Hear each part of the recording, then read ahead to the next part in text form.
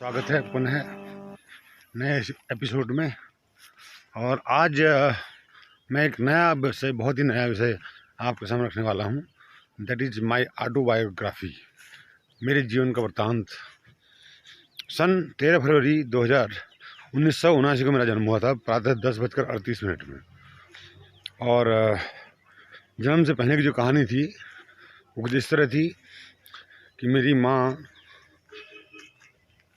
जो है 14 साल की थी शायद, और मेरे पिताजी 18 साल के थे, और उनको 7 साल तक बच्चे नहीं हुए।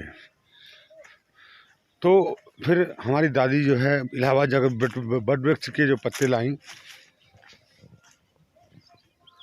उसके बाद कहते हैं कि हमारा जन्म हुआ, हम 4 भाइयों का। और काफ़ी खुशी थी घर में इस बात के लिए कि जन्म हुआ। तो जन्म होने के बाद फिर वही सास बहू के झगड़े शुरू हुए, और इसी सास बहू के झगड़े में फिर शुरू हुआ घर से भागने का क्रम। 1.5 महीने बाद हमारी माता जी को घर से भगा दिया गया, और हम 1.5 महीने के दूध पीते बच्चे गाय के दूध के सहारे या फिर अन्न के सहारे थे।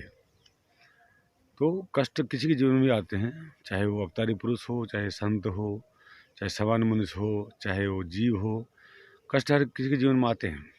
राम के जीवन में आए, कृष्ण के जीवन में भी आए, और मेरे जीवन में भी आए। तो कष्ट को देखकर घबराना नहीं है। मतलब वही इस वीडियो का उद्देश्य है कि कष्ट तो किसी के भी जीवन में आ सकते हैं। इसके लिए हमने तो मैं आप लोगों से कहना चाहता हूँ कि उसके बाद फिर स्थिति ये हुई कि हम जो है लोहाघाट आ गए और वहाँ पढ़ाई करने लगे। वहाँ दादी के शासन में बहुत तगड़ा शासन था उनका। अनुशासन क्या कहो, उसको एक जेल थी, एक नरक था। उसमें हम छः साल गुजारे, 6 साल ज़्यादा ही गुजारे। फिर 12th का करने के बाद हम पिथौरागढ़ चले गए। वहाँ थोड़ा आज़ादी महसूस की हमने, और थोड़ा ध्यान भी हमने सीखा। उसके बाद फिर प्रेम भी सीखा, और प्रेम कहानी भी हमारी रही उस ज़माने में। उसके बाद फिर एक और प्रेम कहानी आई लाइफ में, जो अंतिम प्रेम कहानी थी। और बीच में एक प्रेम कहानी आई उनके बीच में।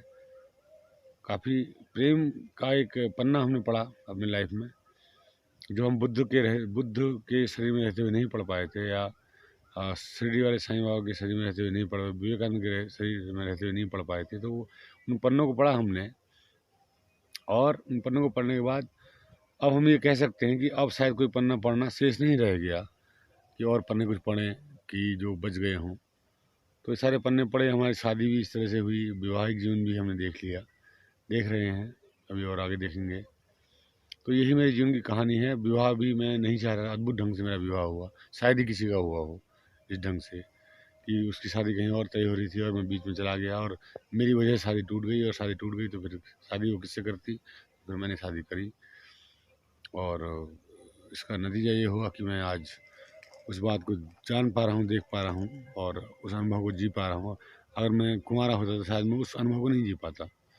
तो एक पूर्ण मनुष्य बनने के लिए सभी अनुभव ज़रूरी हैं, और ये मेरे जीवन में भी ऐसा ही हुआ। और आपके जीवन में अगर आपको विवाह हुआ हो या ना हुआ हो, विवाह एक मुद्दा नहीं है। अगर आप साधना के मार्ग में हैं, साधना पथ में हैं, तो जो आपसे परमात्मा करवा रहा है वो सही करवा रहा है। उसको आप शादी छूट गई इसलिए भी मत रोइए, शादी हो गई इसलिए भी मत रोइए। रोना ही नहीं है, बस आपको अपने ध्यान मार्ग में चलते रहना है, ध्यान करते रहना है, और चलते रहना है। तो आप चलते रहेंगे तो निश्चित ही आपको मंजिल मिल जाएगी, ये मेरा मानना है। और ये मेरा आप लोगों को आशीर्वाद भी है, प्रेम भी है। जितने भी प्रेम धन के दर्शक हैं, जो रेगुलर मेरी वीडियोस देखते हैं, और मुझे पर्सनली मिल नहीं पाते या मिलना चाहते हैं तो मिल सकते हैं, ऐसे कुछ नहीं है, प्रतिबंध कुछ नहीं है। आप पर्सनली भी मुझसे विजिट कर सकते हैं। और मेरा नंबर 8979097784, इस नंबर पे आप व्हाट्सअप कर सकते हैं। और कॉलिंग नंबर में किसी को देता नहीं हूँ, क्योंकि फिर नंबर फैल जाता है इधर उधर, इसीलिए वीडियो में ये नंबर जाना ठीक नहीं है। और व्हाट्सअप आप कर सकते हैं। अगर आपको मुझे लगेगा आपसे कॉल में बात करनी चाहिए, तो मैं आपसे कॉल में बात करूँगा।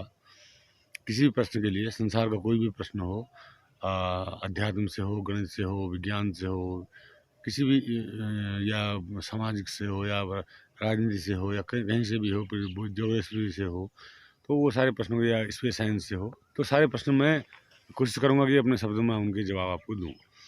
अगर आप प्रश्न नहीं करेंगे तो फिर ऐसे विद्यार्थी कभी कुछ सीख नहीं पाते जो प्रश्न नहीं करते। जो विद्यार्थी प्रश्न करते हैं वही सीखते हैं। ये एक मैं शिक्षक होने के नाते भी कह रहा हूँ, और ऐसा है भी। अगर आप प्रश्न नहीं करेंगे तो फिर इसका मतलब आप सब मान ले रहे हैं, आप जानने की कोशिश नहीं कर रहे हैं, आप सब मान ले रहे हैं। और मानी हुई चीज़ तो आपको पता है हमेशा झूठी होती है। हमारी मान्यताएं हमेशा झूठी होती हैं। हमने मान लिया कि भगवान है, अरे जब नहीं है। हमने मान लिया कि आत्मा है, जब नहीं है। हमने मान लिया कि जो है पितृलोक होता है, जब नहीं है। हमने मान लिया कि स्वर्गलोक होता है, जब नहीं है। तो उस बात की गारंटी क्या है, उस बात का आश्वासन क्या है? इतने लोग नास्तिक हो जाते हैं, क्यों हो जाते हैं? नास्तिक होने की वजह यही है मात्र कि उनको वो किसी बात की कसौटी में उतरना चाहते हैं, किसी बात को कसौटी में कसना चाहते हैं, तो उस बात को मानते हैं। और हम बिना कसौटी में कसे हुए किसी बात को मान लें, आप लोग अगर मान लें किसी बात को, तो फिर दिक्कत हो जाएगी। तो इसीलिए हमने किसी बात को कसौटी में तभी उसको पास करना है जब वो हमारा अनुभव बन जाए। जैसे अगर हमने चाय पी है, हमें चाय मीठी लगी, तो हम कह सकें कि हाँ, ये मेरी कसौटी में खरी उतरी और ये चाय मीठी है।